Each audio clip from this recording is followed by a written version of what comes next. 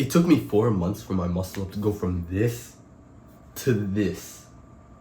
At the time, I didn't even know what I was doing wrong, but if I just knew a fraction of what was in this video, I would have literally gotten the muscle up the next day. I'm gonna tell you how I learned the muscle up, how I would learn it in hindsight, and the little things that I needed to know back then that, to be honest, are not even really on YouTube. Now first, the main question. Is the muscle up strength or is it technique? Now, in my opinion, I think you obviously need an aspect of both, but there's a base foundation of technique that you need for the muscle up to even have a chance of getting over the bar. But after that, to be honest, I think it's mostly strength for the majority of people. If you're trying to learn the muscle up and you've been struggling for a little bit, it's most likely strength. But there also could be technique in it. So it's either technique and strength, or it's just strength. Now, you have good enough technique for the muscle up if it's somewhat in line with the technique that I'm gonna have later on in this guide. Now for strength, many people online say, oh, 10 pull-ups is good enough, and then you're strong enough to do the pull-up, and it's all technique. And then some people say, no, you have to have 15 pull-ups or even like 20 pull-ups to be able to start learning the muscle up. And to be honest, I don't think pull-up reps is a good indicator for how strong you are to learn the muscle up. Because for example, I could do 10 pull-ups easily before I started training the muscle ups, but I struggled. I was way too weak for the muscle up. But I think I could do 14 pull-ups when I got my first muscle up. I think the more important thing for you to focus on is how effortless your pull-up is. Because some people have better endurance and some people have worse endurance. And this breaks down to two main things. How is your weighted pull-up and how is your explosive pull-up? Now for the explosive pull-up, you just want to be able to do a chest to bar pull-up. But to be honest, this is more of a gauge. This is not something you're going to be training that much. I think training the weighted pull-ups will get you able to do the chest to bar pull-up. And for the weighted pull-ups, I could do around 40% of body weight for my 1 rep max when I got my first muscle up. So which was around 57.5 pounds. Now to be honest, not starting weighted pull-ups earlier was the biggest mistake I made. Not only just for muscle ups, but even for all of my calisthenics. Because, well, specifically for the muscle up, I was just trying to learn the muscle up with just enough strength, which to be honest, I didn't even have the strength for it. So I was just struggling and plateauing and not getting anywhere. Now for the weighted pull-up program that I followed, I did, and what I still do now, is 3 to 4 sets in the 3 to 5 rep range of pull-ups. So I'll get a weight that I can do 3 to 5 reps with good form, pretty good form that's close to failure. And I do 3 sets, so 3 sets of 5 reps with that weight. And once I hit 3 sets of 5, then I'll go up like 3 pounds, because I go 3 pounds because the setup that I do it in I do weighted pull-ups in my backyard with like a Home Depot bucket and like bricks. So I'll just put in 1 brick, which is like 3 pounds. If I was at the gym, I would put like 2.5 plates. To be honest, I see some people on YouTube, the program that they have is like they increase the sets and then they'll go jump up like 10 pounds or 20 pounds or something like that. To be honest, that never worked for me. I didn't get any single bit of progress when I did that program. But the program that I do now, I go up in weight literally every single workout or every other workout. So this works perfectly for me. Now, if you don't have 40% body weight extra on your 1 rep max weighted pull-up, then you could still go on with the rest of the guide and do the rest of the stuff. But just make sure in your workouts that you're training the weighted pull-ups, because this is going to be the main thing that levels up your muscle ups. Now, if you think you don't have a setup for weighted pull-ups, there's so many different things you can do. A backpack is like the easiest way. Put some books in there. For me, I literally use a Home Depot bucket and I fill up buckets with like a weighted belt. At the gym, obviously, you can, even if you don't have a weight belt, you can put like a dumbbell between your feet. That's what I did before I had a weight belt. There's so many different ways you can do it. So even if you still can't think of a weight, to be honest, comment down below and I'll try to give you some personalized ideas for how you can do weighted pull-ups. Now, if you don't have a setup for weighted pull-ups and you're still trying to train for strength for the muscle up, then to be honest, I think the best way for you to go about it is to just train your pull-ups, but train them explosively. So at the bottom of your pull-ups, you just want to be pulling explosively and just repping it out. I forgot to mention for the weighted pull-ups that this is going to be the same way you're going to be doing your reps. With the weighted pull-ups, you're going to be hanging dead hang, and you're just going to try to pull explosively as possible.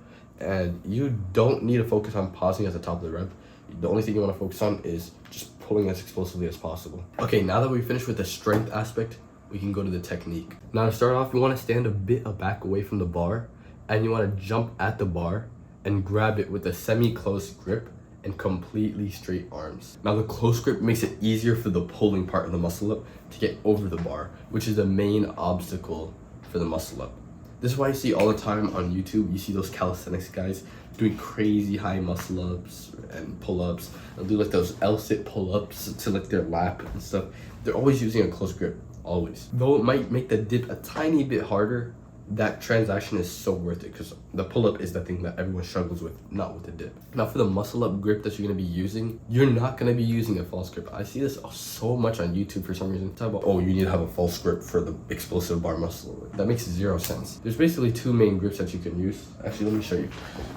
So the two main grips that you can use are like a finger grip, kind of like this. Hopefully you can see well like that. A finger grip and a knuckle grip is I guess what I'll call it. And to be honest, it doesn't matter too much, though I would prefer, and it's better for you to have the knuckles over the bar grip. Even though this one is the one that gives you more calluses, I think it's worth training because in the, not even just for muscle ups, but even like weighted pull-ups, you have a much stronger grip with that, with the knuckles over the bar, and you just feel the difference. So though even in the very beginning, it's fine for you to do a finger grip. You're gonna be perfectly fine. I remember I used to start off with the finger grip actually, because when I even first started calisthenics, started doing pull-ups, I literally couldn't do like hang. I couldn't even hang for 10 seconds. 10. Because my fingers would hurt so badly and I'd get like the calluses and stuff like that. But yeah, this finger grip is really good. Even if you're using like dumbbells at the gym, this is like a really good grip for that because you don't get calluses and it's a pretty fair grip anyways. So if you really have a problem with the calluses, then I guess you can use the finger grip, which will help you get through your workouts and gain strength by not being held back by your calluses. But you should still train like through the pain. That's how I actually used to do it. I should train through the pain of the calluses so I can get stronger at them. And now like my calluses, like actually you can't even see them. They look perfectly fine right now. It looks like I don't even work out, but now I can just go up on the bar and do whatever, and I most of the time don't feel anything. Let your body swing all the way forwards to the end of the pendulum motion, and immediately once you get to the furthest spot and your momentum starts changing towards backwards instead of forwards, then immediately keep up with your knees and pull up and slightly back as hard as you can.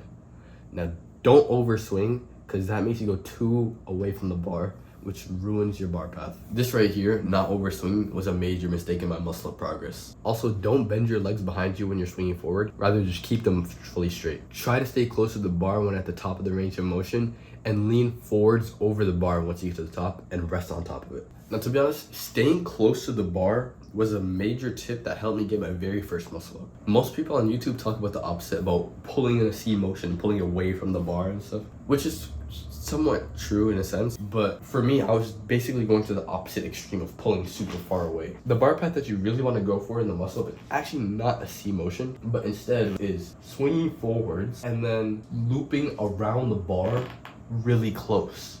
People mistake C, looping around the bar, just looping around really far, but you can actually loop around really close like this. Boom.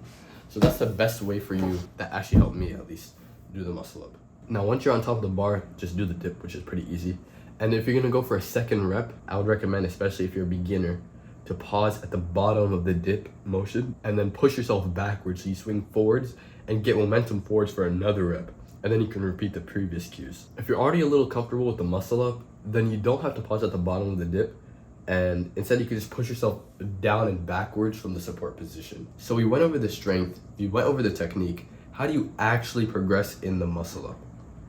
Bands are by far the best way for you to progress, and not only just the muscles but every single other calisthenics move. If you're not investing in bands, then I'm not gonna lie, you're missing out on free gains. Now, the way I progressed with the bands was using a band or a combination of bands that challenged me to do 1 to 2 reps, and then once I can hit 2 reps with that level of assistance with the bands, then I would go on to the next level with bands. I would say once you're able to do 2 comfortable reps for 2 to 3 sets with that level of assistance, then you should go on to the next level. Now, to be honest, using 2 bands instead of 1 band was just so much better for me, even if it was the same level. For example, if you see these, right? This is the least resistance, this is the second least, and this is the third least. I would rather use these 2 than to use this one, even though they're both the exact same width and thickness. Because for some reason, just having 2 bands, like even though they're together, it just gives you a little bit more of a boost than this one. I'm not sure why. I'm not sure if there's like physics or anything because of it, but that's just what works for me. And that's what I still do to this day with other calisthenics skills. Now with the bands,